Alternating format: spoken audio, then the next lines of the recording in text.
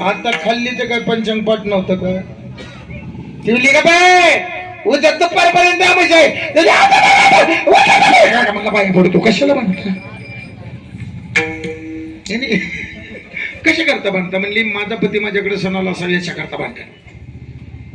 काकाने त्यातनं बी तोडगा काढला म्हणला उद्या जिजा स्वयंपाक लवकर होईल तिच्या घरी जेवाय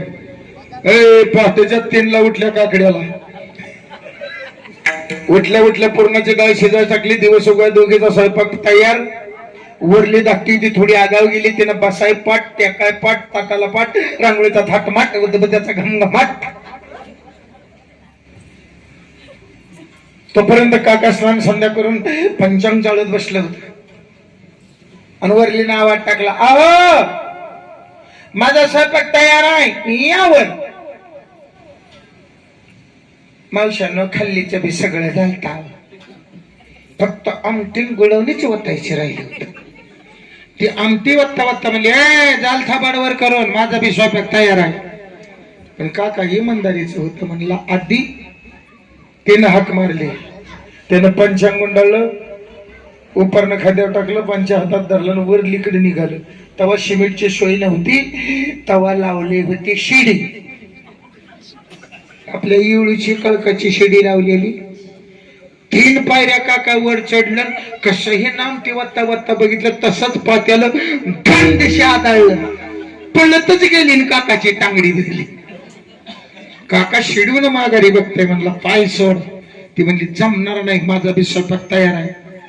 आणि लागलं व नरड्याच्या शिरा फुगस्तोर काकावर राहिलं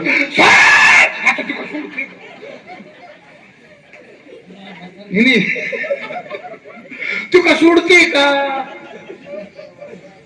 शेवट्या दोघाचा कालवा वरली नाही ऐकला कशाचा कालवा चालली म्हणून बघाय आली तर हिनं त्यांची टंगडी धरली तशी वरली म्हणली काय व बारीक तोंड केलं ते वरलीकडे बघते म्हणलं बघ की तुझ्याकडे येतो तू पण ही टंगडी धरली ती म्हणली ह्यांचं मत आहे आपल्याकडे यायचं पण ही येऊन देत नाही अहो म्हणली दोघाच्या पुढे एकटे काय करते दे हात काका म्हणला मी जर हात दिला तर मी तर शिडीवर राहीन का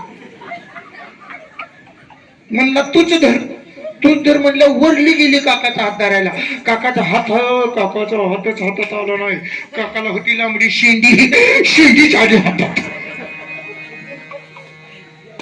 आणि तेवढ्याच हातापट्टीत लावलेली शिडी पडली काकाचा पायनाच झाला आता काही शेंडीला गुदगुल्या झाली असतील जसा खाल्ली नाही हिसका दिला शेंडी तर तुटलीच